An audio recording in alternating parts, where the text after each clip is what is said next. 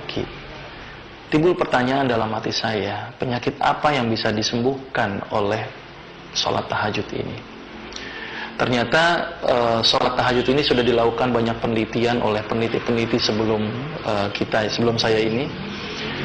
Penelitian ini dilakukan oleh seorang profesor, namanya Prof. Soleh. Dia meneliti tentang terapi sholat tahajud. Pada dasarnya penelitian ini basicnya dia itu adalah sebagai seorang pasien penderita penyakit berat yang tidak bisa sembuh-sembuh oleh obat apapun.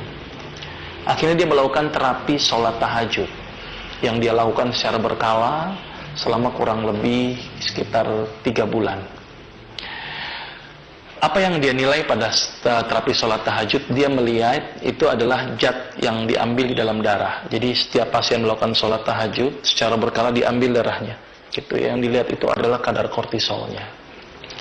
Ternyata dari hasil penelitian beliau, ternyata orang yang rajin sholat tahajud kadar kortisolnya menjadi rendah.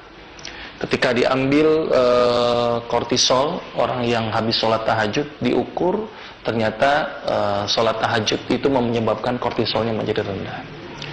Kenapa kortisol kok bisa rendah? Sebelumnya saya akan menceritakan dulu ada sebuah siklus di dalam tubuh yang kita sebut dengan siklus sirkadian.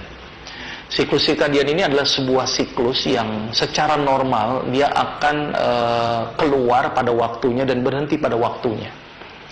Salah satu siklus yang akan saya terangkan di sini adalah siklus sirkadian ACTH. Apa itu ACTH? Adrenocorticotropic hormone.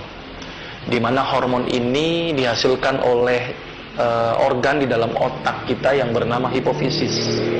Di mana hipofisis ini akan mengeluarkan zat tadi yang disebut dengan ACTH. Adrenocorticotropic hormone. Siklus ini cukup unik. Siklus ini ternyata memiliki siklus yang dia akan diproduksi secara rutin.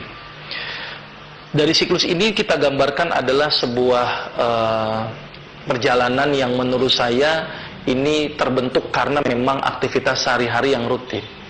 Jadi siklus ACTH ini dia diproduksi paling tinggi itu jam 12 malam. Dia diproduksi paling tinggi dan menurun secara menaik secara signifikan sampai jam 6 pagi. Jadi dari jam 12 malam dalam posisi terendah, naik tertinggi sampai jam 6 pagi, itu posisinya paling tertinggi.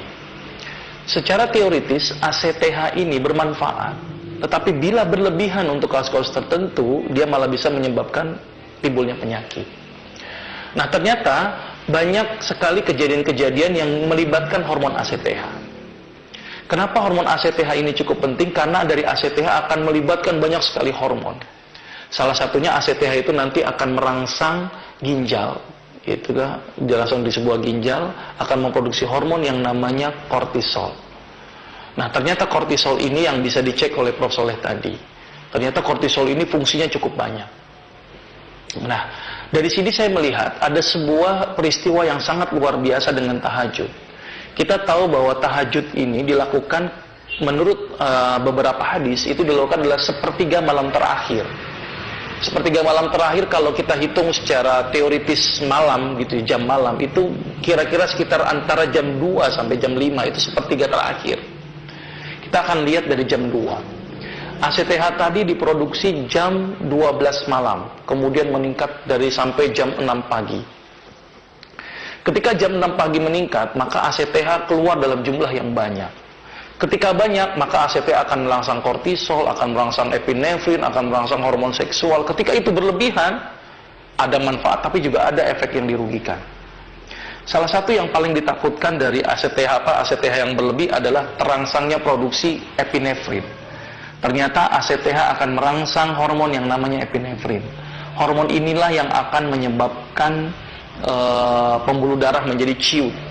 Hormon inilah yang akan menyebabkan tensi menjadi naik.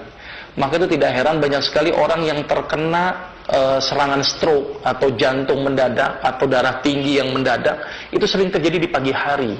Karena kenapa? Karena ACTH ketika pagi hari meningkat, maka epinefrin juga meningkat. Ketika epinefrin meningkat, apa yang terjadi? Pembuluh darah akan menciut. Ketika pembuluh darah akan menciut, dia akan menjadi pecah. Maka itu tidak heran orang yang rajin sholat tahajud, itu mampu tereduksi ACTH-nya. mampu tereduksi epinefrinnya, sehingga bisa tercegah dari pecahnya pembuluh darah, sehingga bisa tercegah dari timbulnya stroke. Maka itu orang yang rajin sholat tahajud, epinefrinnya akan tereduksi. Itu baru satu sisi. Kita akan lihat dari sisi lain adalah efek kortisolnya. Ternyata ACTH meningkat, kortisol meningkat, epinefrin meningkat. Tadi epinefrin sudah saya bahas masalah tentang hipertensinya. Saya akan bahas masalah kortisolnya. Ternyata kortisol, salah satu fungsi kortisol itu adalah yang pertama adalah meningkatkan kadar gula darah dengan cara merangsang metabolisme karbohidrat. Ketika ACTH meningkat, maka kortisol juga akan meningkat. Ketika kortisol meningkat, maka gula sangat meningkat. Maka itu sholat tahajud sangat dianjurkan bagi penderita penyakit diabetes. Karena kenapa? Karena ketika sholat tahajud, ACTH menurun, kortisol menurun, maka gula akan menurun. Maka itu orang yang rajin sholat tahajud, itu sangat bagus bagi penderita diabetes. Karena dia mampu menurunkan kadar gula darah. Itu fungsi kortisol yang pertama.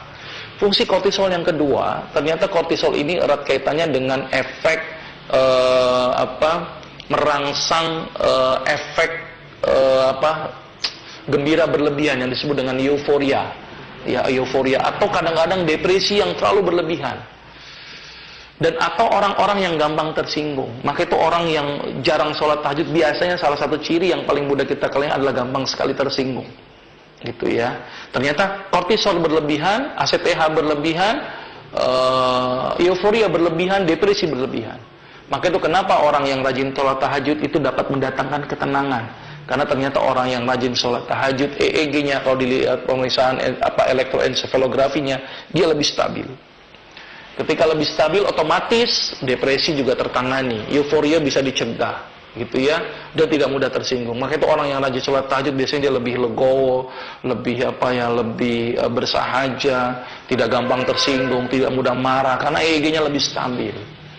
Itu salah satu efek dari kortisol yang dikendalikan. Kemudian efek yang kedua, ternyata fungsi kortisol adalah menghambat pengeluaran urin. Maka itu kenapa kalau kita tidur malam hari tidak gampang untuk kencing, gitu ya, kecuali pada penderita diabetes yang mudah sekali kencing. Karena dia mampu ditahan dengan adanya kortisol. Dengan kita rajin sholat tahajud, maka kortisolnya itu direndahkan. Otomatis efek penghambatan urin juga semakin direndahkan. Maka itu kenapa pada orang-orang yang bengkak, penyakit gagal ginjal, saya rekomendasikan untuk sholat tahajud. Karena kenapa? Karena mampu mereduksi kortisol. Ketika kortisol tereduksi, maka bengkak tidak akan terjadi, maka pembuangan urin semakin mudah. Maka itu sholat tahajud sangat bagus untuk mencegah bengkak pada kaki, gitu ya, bengkak pada jantung, dan bengkak pada perut. Karena kenapa? Karena efek kortisol yang dihambat. Selain itu juga, kortisol berperan penting juga untuk menghambat pembentukan limfosit. Maka itu tidak heran orang yang rajin sholat tahajud, daya tahan tubuhnya menjadi lebih bagus. Karena efek penghambatan terhadap pembentukan limfosit itu dikurangi atau direduksi. Dan ternyata berdasarkan hadis bahwa kortisol itu dibutuhkan. Tetapi kalau berlebihan, itu akan menjadi masalah. Dan kortisol dibutuhkan dengan durasi yang tepat. Maka itu kenapa sholat tahajud yang terbaik dilakukan di sepertiga malam terakhir. Kurang lebih sekitar jam 2. Karena jam 2 pada waktu itu kortisol sudah diproduksi tapi tidak nilai yang tinggi. Sehingga otomatis mampu dihambat, mampu diberikan efek positifnya, tapi juga mampu dihambat efek negatifnya. Maka itu sholat tahajud dilakukan sekitar jam 2 malam. Terus timbul pertanyaan, bagaimana kalau kita bangun tengah malam, gitu ya, tetapi kita tidak melakukan sholat tahajud? Apakah sama efeknya dengan orang yang sholat tahajud? Ternyata orang yang bangun malam tanpa melakukan sholat tahajud, itu ternyata tidak ada efeknya. Kenapa tidak ada efeknya? Ini yang jadi pertanyaan. Karena sering sekali timbul pertanyaan, bagaimana dok kalau saya nonton bola bangun tengah malam? Apakah sama dengan orang sholat tahajud? Saya akan jawab kepada orang yang tersebut, saya bilang begini, akan sama efeknya dengan sholat tahajud kalau nonton bolanya sambil sujud, saya bilang. Kenapa? Karena ternyata efek sujud ini yang bermanfaat. Ketika sujud, otomatis kita tahu bahwa ketika sujud, otak lebih rendah daripada jantung. Sehingga jantung akan memompa otak cukup dengan tekanan yang tinggi menuju otak. Karena ketika sujud, kepala lebih rendah, otak lebih rendah, jantung lebih tinggi. Sehingga akan terjadi hentakan ke otak. Maka itu orang yang akan berefek, orang yang akan berefek bangun tengah malam, adalah orang yang rajin sholat tahajud. Jadi kalau kita bangun jam 2 malam untuk nonton bola tanpa ada melakukan aktivitas sholat, tidak ada efeknya. Gitu ya, karena efek yang diberikan itu ketika dia melakukan posisi sujud. Dan penelitian menunjukkan bahwa sholat tahajud yang dilakukan kurang lebih sekitar 11 rakaat selama 3 bulan berturut-turut, kadar kortisolnya menjadi turun. Karena kortisol turun, otomatis efek-efek kortisol juga akan dihambat. Oleh karena itu, sholat tahajud sangat direkomendasikan. Sholat tahajud sangat luar biasa. Maka itu tidak heran ada sebuah hadis yang mengatakan tadi seperti di awal saya katakan, bahwa sholat tahajud dapat menghindarkan penyakit. Ternyata banyak sekali yang dihindarkan. Penyakit darah tinggi, penyakit gula, penyakit gagal ginjal, gitu ya, terus penyakit daya tahan tubuh atau imunitas tubuh, terus kemudian penyakit gelisah, orang yang tidak tenang, orang yang stres, orang yang depresi, itu ternyata mampu disembuhkan dengan menggunakan terapi sholat tahajud. Oleh karena itu sangat rugilah sekali kita sebagai seorang Islam tidak melakukan efek terapi sholat tahajud. Karena terapi sholat tahajud sangat luar biasa. Mudah-mudahan ini menjadi tambahan buat kita bahwa ternyata dengan menjalankan ibadah kita menjadi lebih sehat. Dengan hanya menjalankan sunnah-sunnah kita menjadi lebih sehat. Dan mudah-mudahan ini bisa dilaksanakan dalam kehidupan kita sehari-hari. Mudah-mudahan bermanfaat. Saya akhiri. Assalamualaikum warahmatullahi wabarakatuh.